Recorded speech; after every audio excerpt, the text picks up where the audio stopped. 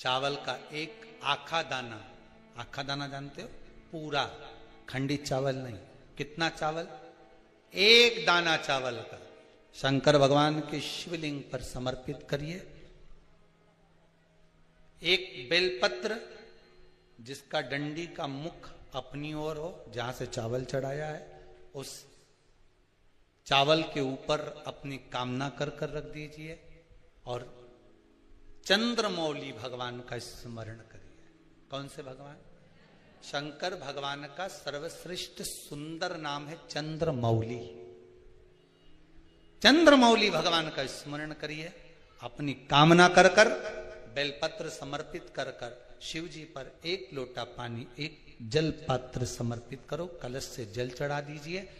नैनों में वो जल लगाकर अपनी कामना कर कर वापिस घर को आइए।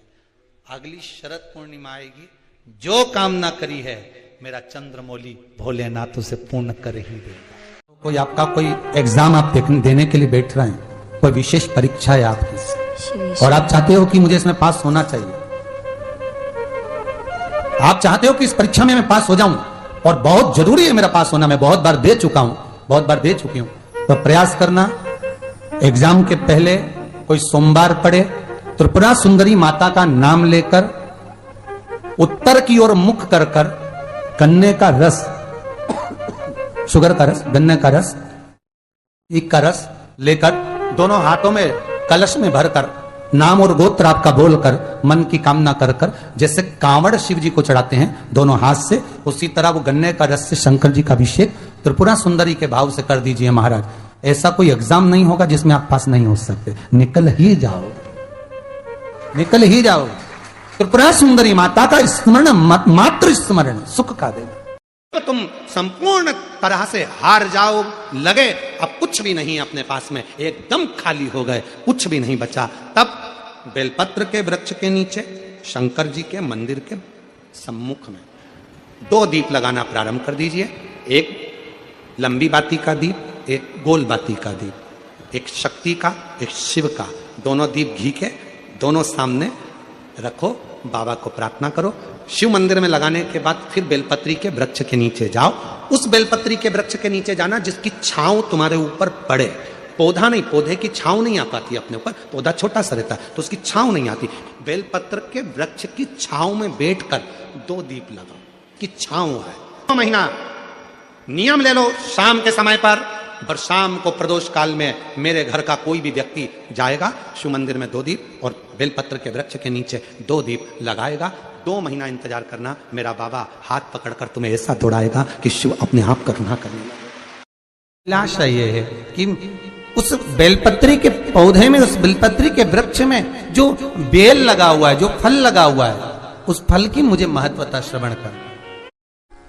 जो बच्चा हकलाता हो, अर्थात बोलते बोलते अटक जाता हो या वाणी हकला रही हो, तो शास्त्र कहता है कि बेल का जो फल होता है, उस बेल के फल को धीरे से फोड़कर ऊपर से चक्कू से उसको साफ कर कर अंदर से पूरे उसका जो गुर्दा है बेल के फल का, उसको निकाल लीजिए और उस बेल के फल का जो गुर्दा है उसको निकाल कर वो खाली कर लीजिए बेल का। महाराज, सोमवार के सोमवार 5 सोमवार उसमें पानी भरकर भगवान शंकर को समर्पित करिए। एक पात्र, शिवलिंग में से जो जल नीचे गिरे उसके उधर पात्र को लगा लीजिए।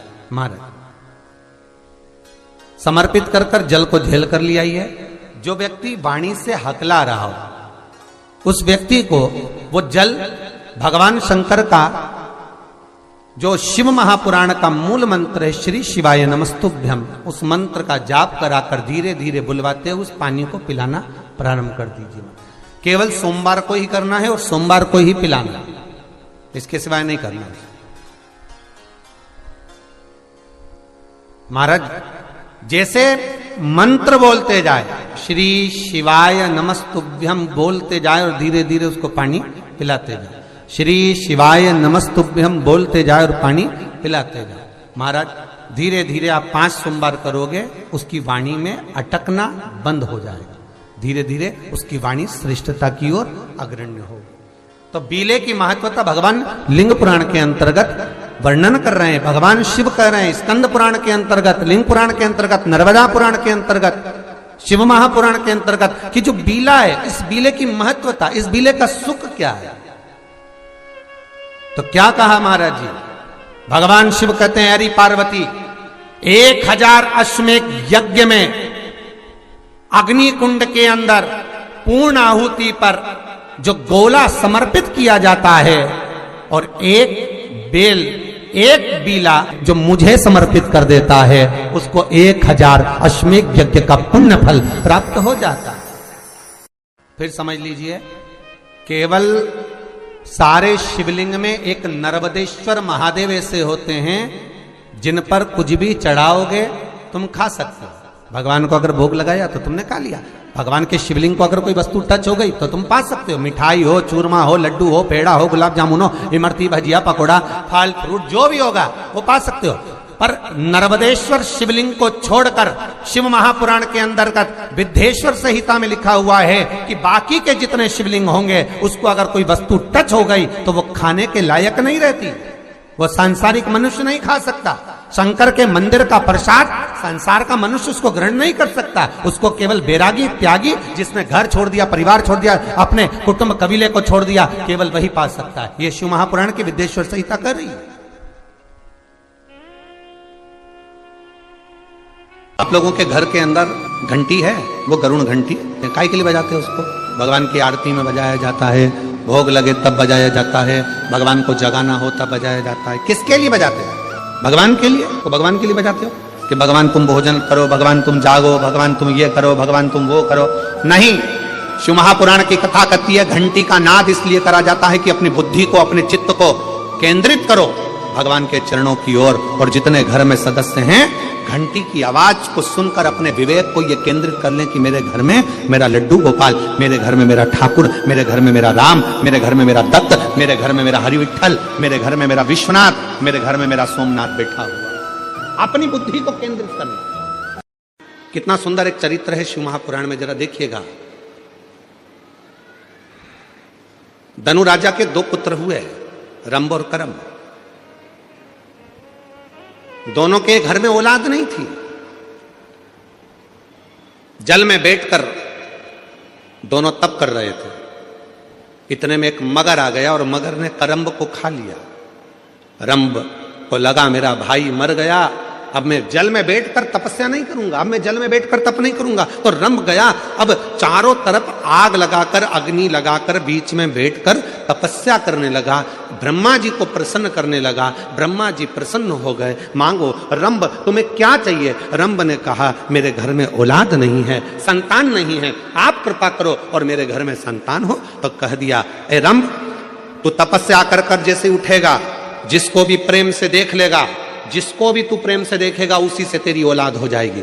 बस रंभ तपस्या कर कर उठा, सामने से एक भैंस निकल कर जा रही थी, एक महिष निकल कर जा रही थी, और रंभ ने उस भैंस को, उस महिष को प्रेम से देख लिया। और जैसे ही भैंस को देखा, भैंस का गर्भ ठहर गया,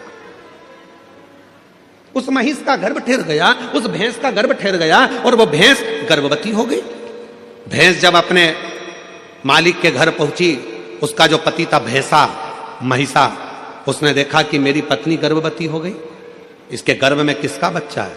भैंसे ने ध्यान लगाया तो मालूम पड़ा कि वो रंभ का पुत्र है। क्रोध में आ गया महिषा, और महिषा को क्रोध आया, भैंसे को क्रोध आया, और रंभ के साथ वो युद्ध करने चले गया, और आखिरी में उसने रंभ को मार डाला। जैसे रंभ मर गया, उसके नगर के लोगों ने उसका अंतिम संस्कार करना प्रारंभ करा। चिता लगाई, अंतिम संस्कार हो रहा है, चिता पर लेटाया, चारों तरफ से आग लग गई। इतने में भैंस को लगा, उस भैंस को जिसके गर्भ में बच्चा था, उस भैंस को लगा कि मेरे गर्भ में इसका बच्चा है जो जल रहा है, जिसकी चिता जल रही है, पर पति तो मेरा यही है, क्यों ना अब मैं अपने भी प्राण त्याग दूं, अपने पति के साथ ही सती हो जाऊं। और वो भैंस दौड़ती दौड़ती अग्नि में कूद पड़ी। जैसे ही अग्नि में कूदी, इतने में उसका एक बच्चा हो गया, जिसका जन्म होते से ही, प्रकट होते से ही उसने मनुष्य का और भैंस का दोनों का रूप धारण करना प्रारंभ कर दिया। उसका नाम महिषासुर हो गया। उसका नाम था महिषासुर।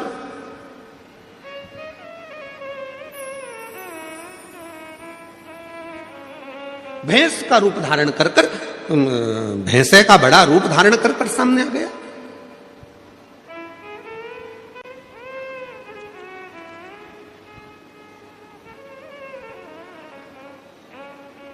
अब महिषासुर ब्रह्मा जी का तप करा, वर मांगा, मुझे वर दीजिए ब्रह्मा जी। ब्रह्मा जी ने पूछा कौन सा वर चाहिए, तो ब्रह्मा जी से कहा मुझे वर दीजिए कि मुझे कोई पुरुष ना मार सके।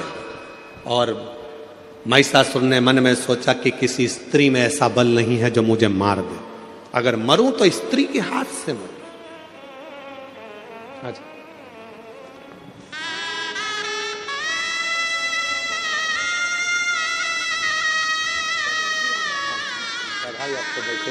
महिषासुर को वर मिल गया, मरूं तो एक स्त्री के हाथ से मरूं। तथास्तु।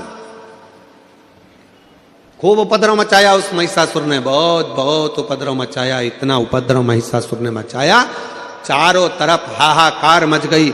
हर जगह पर लोग घबराने लगे, डरने लगे, भय खाने लगे। इतना भय उत्पन्न होने लगा महिषासुर के कारण कि देवताओं के पास में दौड़ दौड़ कर जाते, प्रार्थना करते, इस महिषासुर को मार दो। ब्रह्मा जी ने कहा ये महिषासुर ऐसे मरने वाला नहीं है, ये मरेगा तो किसी स्त्री के हाथ से मरेगा, इसको देवता नहीं मार सकते, इसको मारेगी तो केवल एक नारी मारेगी।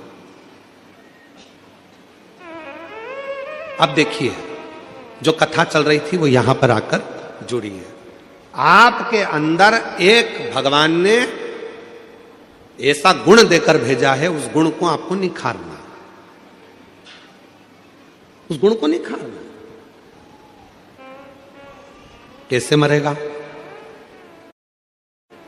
देवताओं से जाकर कहा आप सबकी धर्म पत्नियों को जाकर कहिए कि कोई एक इस महिषासुर को मार दे। इंद्रदेव की पत्नी से कहा क्या तुम मार सकती हो? ब्रह्मा जी ने कहा नारी में बल तब आता है जब वो अपने पति का सम्मान करे, आदर करे, सत्कार करे और नमन करे, ऊंची आवाज में बात ना करे, तो नारी के अंदर एक बल बड़ा प्रबल रहता। में आ गई थी और उसने मुझे अपशब्द कह दिया था, मेरी पत्नी इंद्राणी भी महिषासुर को नहीं मार सकती। फिर कहा भगवान विष्णु से आप लक्ष्मी जी को भेजिए और लक्ष्मी जी से कहो कि महिषासुर को मार दे। लक्ष्मी जी की बात आई तो भगवान विष्णु ने कहा लक्ष्मी महिषासुर को नहीं मार सकती, क्योंकि एक बार मैं लक्ष्मी